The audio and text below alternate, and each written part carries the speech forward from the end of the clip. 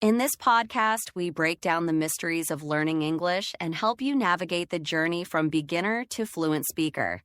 I'm Sabrina, your host for today, and let me tell you, I'm really excited to dive into this topic.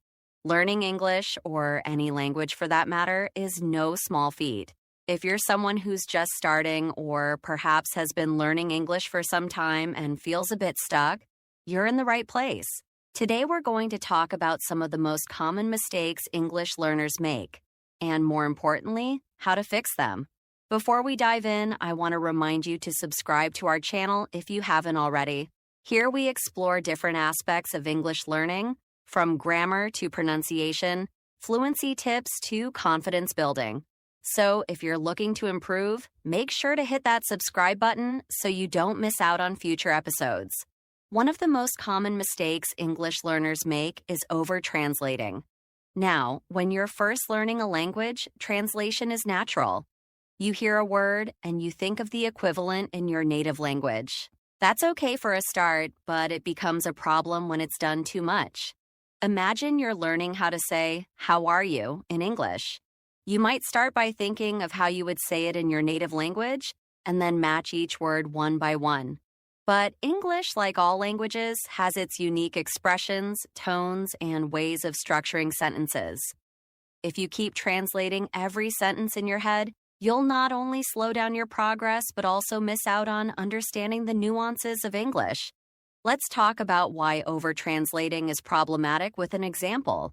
Say, in your native language, the phrase, "I am hungry," might translate directly as "me hungry" or something slightly different. If you over-translate, you might end up saying "me hungry" in English, which technically makes sense but sounds awkward to native speakers. Instead of translating, try to immerse yourself in the language. Start thinking in English as much as you can. Even if it's just a few simple words or phrases, make a conscious effort to think in English. Try narrating your day-to-day actions in English in your mind.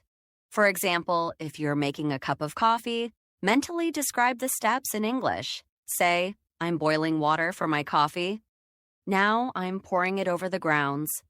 This will help train your brain to process English naturally without the need to constantly translate.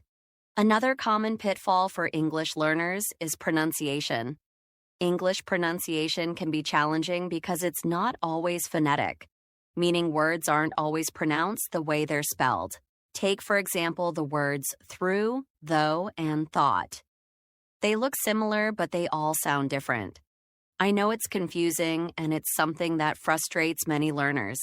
In fact, studies show that around 60% of English learners find pronunciation to be one of their biggest challenges. And that's understandable, because English has about 44 unique sounds, but only 26 letters to represent them. One of the most effective ways to improve pronunciation is by listening to native speakers as much as possible. I highly recommend immersing yourself in English audio. Listen to English podcasts, audiobooks, and music. You can even repeat what you hear. Pick a sentence or phrase from a podcast or video and try to mimic the speaker's tone, pitch, and pronunciation. This practice is often called shadowing, and it's incredibly effective. Another great way to work on pronunciation is to focus on one sound at a time. For example, if you struggle with the "th" sound in think or through, spend a few minutes each day just practicing that sound.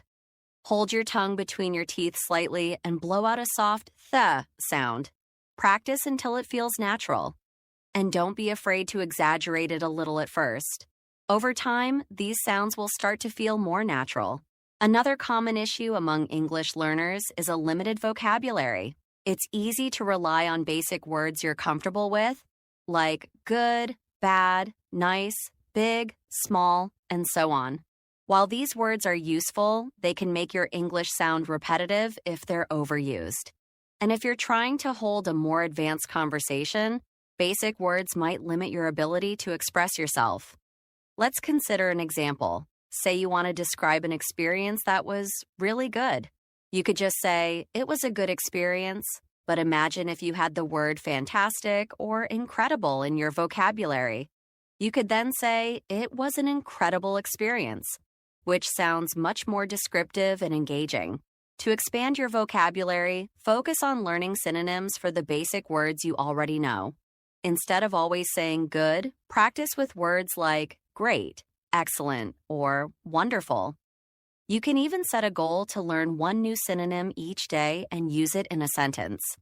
Write it down, say it out loud, and find ways to incorporate it into your daily conversations.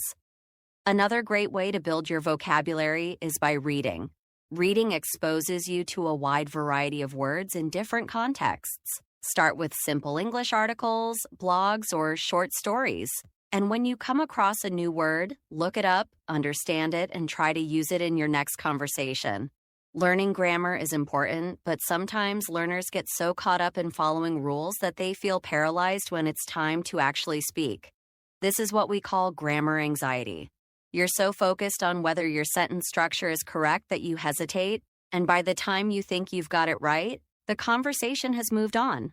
Research shows that nearly 40% of language learners feel hesitant to speak because they worry about making grammatical mistakes. And while it's great to want to be correct, communication is the main goal. Here's the key: focus on communicating ideas first and worry about grammar later. Native speakers make grammar mistakes too, but that doesn't stop them from communicating. To help yourself, practice speaking in real conversations. Join language exchange groups or find a speaking partner online. Remember, it's okay to make mistakes as long as you're getting your point across. The more you speak, the more comfortable you'll feel, and over time, you'll naturally start using correct grammar without overthinking it. Another technique is to focus on learning grammar in chunks. For example, instead of memorizing every rule about the past tense, learn common past tense phrases like I went, I saw, or I did. These chunks will help you speak more naturally, and over time, you'll develop a feel for grammar without needing to pause and think about every rule. Listening is another area where many English learners struggle. And it makes sense because spoken English, especially with native speakers, can be fast.